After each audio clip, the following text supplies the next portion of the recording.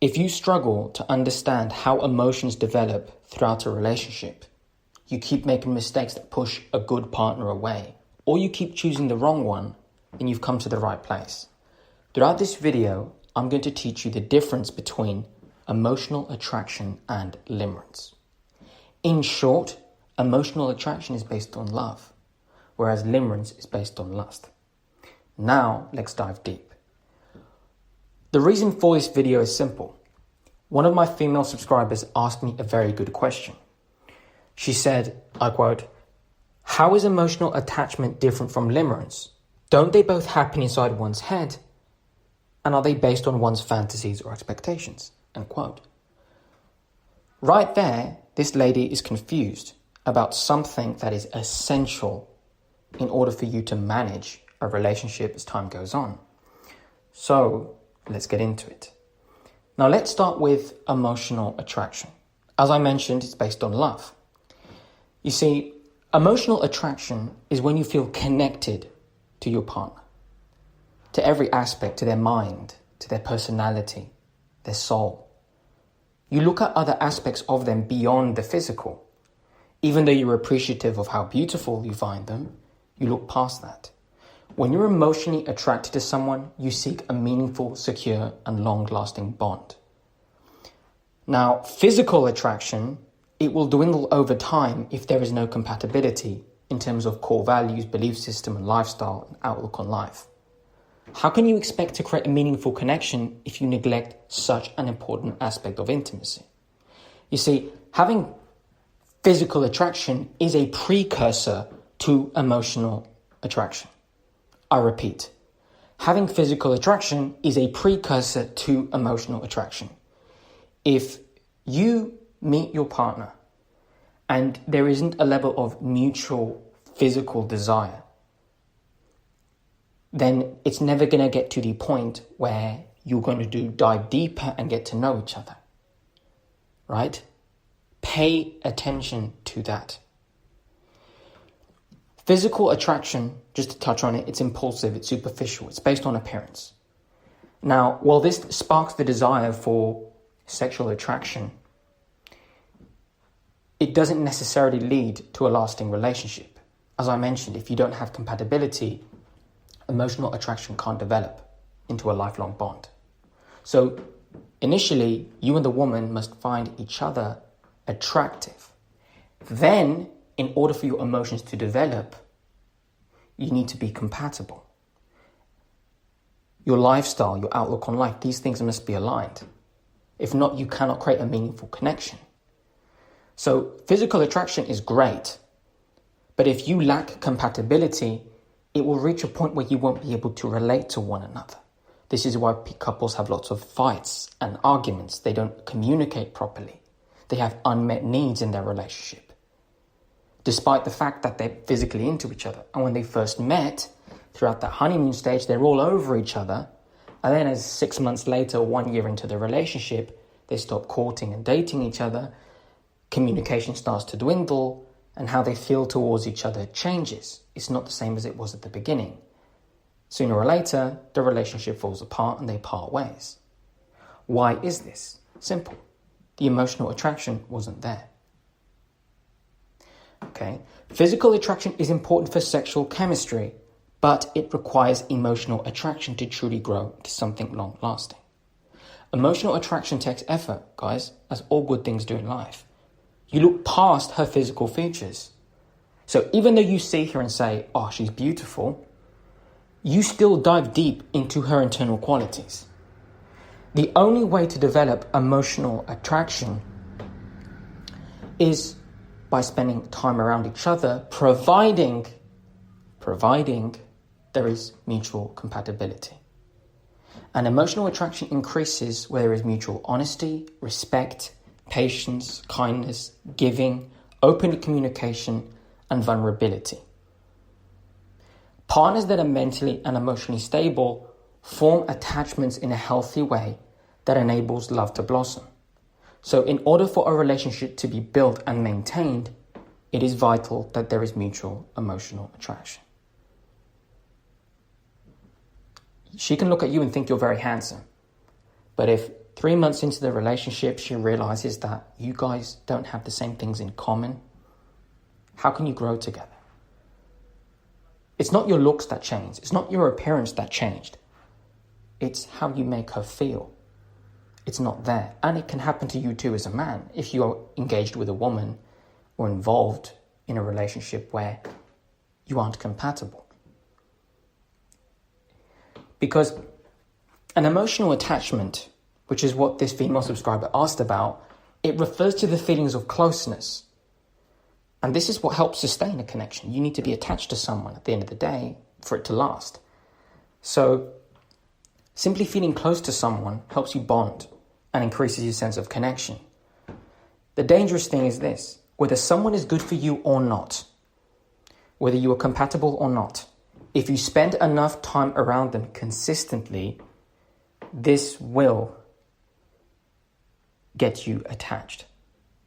Whether you experience positive or negative emotions. Many people stay in toxic and abusive relationships, don't they?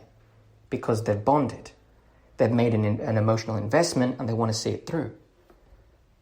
So the only way to get someone emotionally attached, or for you to become attached, is by spending time around them. As you get to know each other, go on dates, share personal details of your lives, you slowly build up that attachment just by developing those feelings of closeness and unity that come from being around each other in close proximity over an extended period of time. And there has to be a minimum level of mutual physical desire, physical attraction, for you and the woman to even care to at least interact, go on dates, get to know each other, And obviously, as time goes on, feelings develop, emotional attraction forms, which blossoms into love, if done correctly, upon principles, upon morals. Remember, as I mentioned at the beginning, as long as you are compatible, you have the same outlook on life, your lifestyle, your core beliefs on religion, raising children, on politics. If that is mutual, your emotional attraction will develop because you like the same things. It's easier to relate, to understand each other. You think the same. You want the same things out of life. You can grow and build a legacy and a family together. That is how emotional attraction develops. That is when you can both sit there and be honest, be loving with each other, have an open line of communication, to be vulnerable. You're both more willing to do that because you just like the same things. It's far easier to do. Whereas if you get involved with someone and you disagree on core things, you want children, she doesn't want children. She's a Christian, she's a churchgoer, and you're an atheist who detests the idea of God, then it's going to get to a point where you're going to start arguing and fighting. And that causes a rift in your emotional attraction, and it turns two people away from each other. How can you grow closer when you don't like the same things, when you don't agree on the important things of life? So that, in a nutshell, is emotional attraction. It grows with love and it gets ripped apart by a lack of it. And what really sustains it is compatibility. Now, let's get into Limerence, because she wants to know what is the difference between emotional attachment and limerence. And as we've just covered, emotional attraction is based on love and it requires compatibility to develop. Whereas limerence, the honeymoon stage of a relationship, is based on lust. This is why it is so dangerous. And very few men and women are educated on this topic, hence why most relationships come crashing down. People scratch their heads, find themselves confused, and don't understand why it fell apart. Limerence is considered an emotional state of being emotionally attached or even obsessed with another person. It's typically experienced involuntarily and characterized by a strong desire for reciprocation of one's feelings. It's like a near-obsessive form of romantic love. And limerence only cares about its pleasures and its benefits, whereas true love gives selflessly, which requires sacrifice, effort. As I mentioned before with emotional attraction develops with what? Love, kindness, giving, patience, an open line of communication. You're both vulnerable And of course, you're compatible. Your lifestyle, your beliefs are aligned, so you can grow together.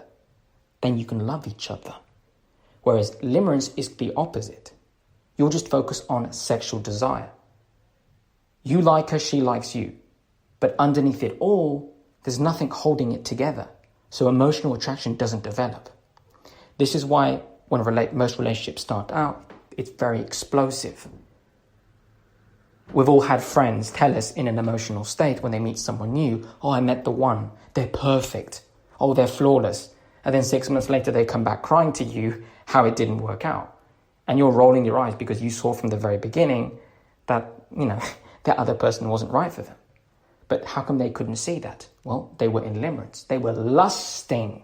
Whereas men and women that are emotionally and mentally stable, that have control over their sexual urges, that are marriage-minded, meaning they care about building a family. They want to make certain that this partner is a good fit for a lifelong commitment.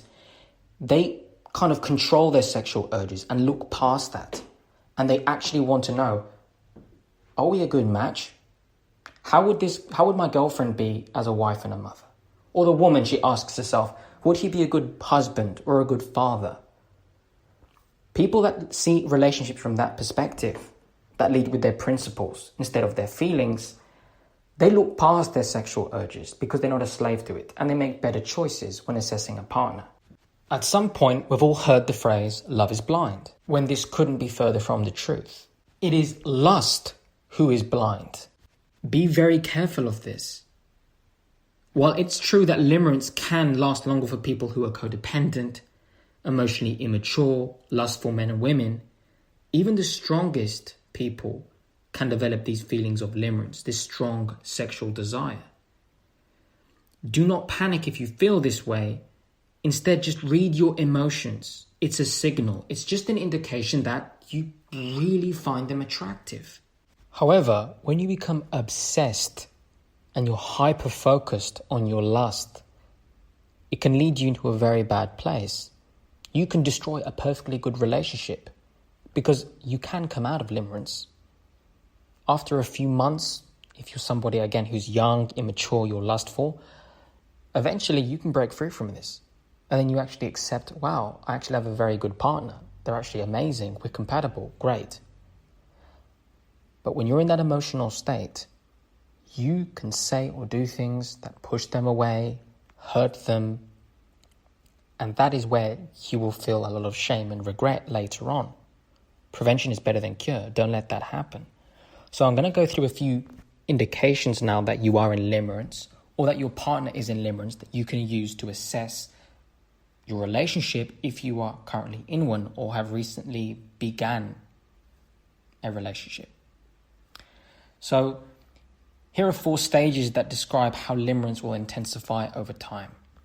Number 1, you have obsessive thoughts about your partner. This includes spending more time thinking about her than anything else, including your work, responsibilities, family, friends, and other duties. You can't get them out of your head, even if you try to distract yourself. That is not healthy. You fantasize about spending your life with her despite barely knowing her or knowing very few things about her. This includes wanting to do anything for them, fixing them, saving them from their problems. You have lustful thoughts that also increase over time. Do you get where I'm going with this? If you have any of these symptoms, you are very well in limerence, very deep into it. You find yourself daydreaming about her, thinking about situations where she reciprocates the same level of interest back. And you hold on to anything she says, big or small, positive or negative. You are obsessed. Number 2, you are emotionally dependent on them. This means you have strong feelings of insecurity or uncertainty when you're away from your partner. Similar to how an alcoholic gets withdrawal symptoms when he's not drinking. Whenever she shows interest, this causes feelings of ecstasy and euphoria, like you can't live without her. In the same way, when she's not openly or vividly expressing how much she likes you, you always think something's wrong. Because you're lusting, you're focusing on yourself. So you're basically causing yourself to suffer. You have this longing for reciprocation in regards to the status of her feelings 24/7. And you become hyper-focused on the nuances of her lifestyle and daily habits. You're basically looking at little clues to try and figure out her interest level because you're just so focused on it. You constantly make yourself available due to your obsession and neediness to the point where you sacrifice your sleep schedule, your routine, and other important areas of your life suffer because you're scared that if you don't give all your time and your presence, that she's going to walk away. Again, this comes from fear. Because when you're lusting, it's an unhealthy emotion. It's going to come with fear, worry, doubt. This is why it's so bad. So again, you have this emotional dependence on them. Number 3, you end up projecting your fantasy. As the subscriber asked at the beginning, she said, doesn't this happen inside of one's head? Is this based on fantasies and expectations? With limerence, yes. But with real love, with emotional attraction that develops in a healthy manner, you don't fantasize, you're not obsessed. You love them, you accept them, you cherish them, you grow with them, you build with them, you have a real care for them. But when you're in limerence, you're projecting everything from your mind, from your own interest level, from your own feelings, without accepting reality or looking at things for what they really are. This is why so many people suffer. So number 3, yes, you are projecting your fantasy. You find yourself saying things like, you're perfect, you're flawless, I'll never leave you, I want to spend my life with you. Or, you hear them say the same thing to you, despite the fact that deep down, no one's perfect, and you haven't even spent enough time around each other to actually warrant those emotions. You put her on a pedestal and obsess over her. You idealize everything she says and does. And it's this right here which makes you run the risk of overlooking red flags or undermining incompatibility. Because what's going on here is that you are focused on your interest level, what you feel, without truly assessing her actions and words. Do they match? Is she a right fit for you? You don't care about that. You're just obsessed on the idea you have in your head of who she is. Because you're in that honeymoon stage. You're in your feelings. You're lusting. That's why it's so dangerous. And number 4, you have impaired functioning. This one is very crucial. This means that your other relationships and friendships become less important as you are preoccupied with her. Men that are very lustful or immature, I've done this too in the past when I was really young. It happens. You meet a girl, you really like her, and you're so obsessed over the relationship, you give up your friends, you give up your hobbies, you give up your interests. Your entire life is put on hold for the woman, which ultimately destroys the relationship. And obviously, you don't have anything in common. You just find each other attractive. And because you're immature, you lack understanding, you make this mistake. But we've all seen it. You have a guy friend, one of your buddies, he meets a girl, he gets into a relationship, he disappears, he goes AWOL. Nobody's heard from him for a year. Then he comes back later, hey guys, listen, yeah, we broke up. And now he's ready to spend time with you again. And he looks ashamed because he knows what he's done was wrong. He's made a fool of himself. This is what happens when you're in limerence. This is not love. Because when you develop a healthy emotional connection with someone, in other words, the emotional attraction, how you make each other feel, is built on trust, respect, loyalty, open communication, you're giving, you're kind to one another, and of course you're compatible. What happens? You and your partner become a part of each other's lives without giving up your friends, your families, the gym, your hobbies, your career, your business. They just become another piece of your life that you cherish and value. So this one is very important to pay attention to. So if your other friendships or other areas in your life start becoming less important, or you give them up entirely, you have to ask yourself, Are you in a relationship based on love or limerence? Because if it's limerence, it's not going to end well. Another thing you'll notice with impaired functioning is that you end up changing your daily habits, routine, and your lifestyle just to appease her. So you kind of change or fake parts of who you are because ultimately you're not compatible, and you kind of force yourself to do this, hoping she will like you back. And that's cute at the beginning. But once that woman realizes that you don't have a spine, that you're a coward, and you're doing this just in hopes that she will like you back, she's going to clock on very quickly that you're a weak man and discard you. Another thing that will happen is you have severe mood swings of euphoria when you're around her, but when you're away from her, you feel miserable, lonely. You're unable to function.